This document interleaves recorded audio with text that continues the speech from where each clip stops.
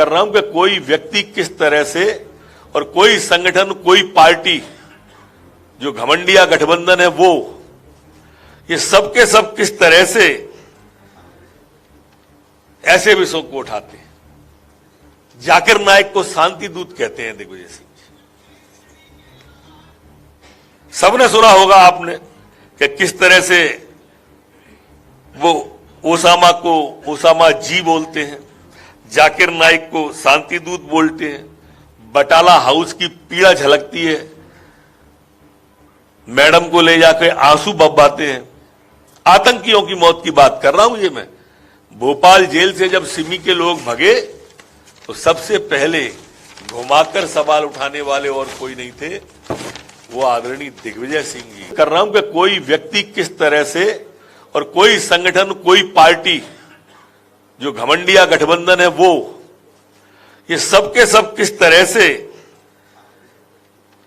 ऐसे विषयों को उठाते हैं। जाकिर नाइक को शांति दूत कहते हैं दिग्विजय सिंह जी। सबने सुना होगा आपने कि किस तरह से वो ओसामा को ओसामा जी बोलते हैं, जाकिर नाइक को शांति दूत बोलते हैं, बटाला हाउस की पीड़ा झलकती है, मैडम को ले जाकर आंसू बब्बाते हैं। आतंकियों की मौत की बात कर रहा हूं ये मैं। भोपाल जेल से जब सिमी के लोग भगे तो सबसे पहले घुमाकर सवाल उठाने वाले और कोई नहीं थे, वो आदरणीय दिग्विजय सिंह जी थे। और इसलिए आपने देखा भी होगा जब पाकिस्तान जिंदाबाद के उज्जैन में नारे लगे तो श्रीमान दिग्विजय सिंह जी को वो काजी साहब जिंदाबाद सुनाई देने लगा। कितने गजब से कान बजते हैं और किस तरह कैसे विषयांतरित करते हैं। अभी कुछ दिन पहले बोले कि नूह जैसा दंगा मध्य प्रदेश में हो सकता है, आपने सुना होगा। मैं इसी महीने की बात कर रहा हूं, एक महीने के अंदर की। ये राजनीति का कौन सा स्वरूप है? मुस्लिमों को डर दिखाओ, इकट्ठे करो, हिंदुओं को जाति में बांटो और बिखेर दो। दंगा नहीं हो तो कराओ। खरगोन के दंगे में मस्जिद पे भगवा फहरवा हुआ फर्जी ट्वीट कर दिया इनने। कांग्रेस की सियासत का इतना सा फसाना है, बस्ती भी जलाना है, मातम भी मनाना है। ये मूल चरित्र है, दोहरा चरित्र कांग्रेस का, जो मैं आपके सामने रख रहा हूं। दो मुही राजनीति जो कांग्रेस करती है वही इनका काम है। और इसलिए नूह की बात की इनने, इसलिए मैंने आपको खरगोन की बात की। ये वही दिग्विजय सिंह जी हैं, ये वही कांग्रेस है जो कहती है कि कांग्रेस की सरकार दिल्ली में वापस आएगी तो 370 लगा देंगे।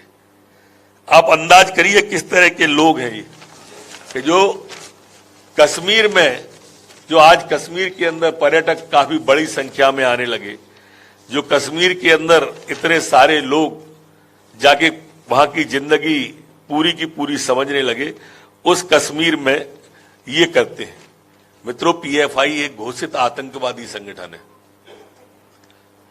भारत सरकार ने घोषित किया है, जिसके 97% लोगों को आप बेकसूर बता रहे हो और आधार नहीं बता रहे। अचंभा ये है, अचंभे की बात आपको भी लगती होगी कि कैसे इन्होंने 97% लोगों को, क्या ये जांच एजेंसियों पर दबाव बनाने की कांग्रेस की राजनीति नहीं है? क्या ये न्यायालय पे आतंकवाद, ये न्यायालय पर दबाव बनाने की कोशिश दिग्विजय सिंह जी की या कांग्रेस की नहीं है?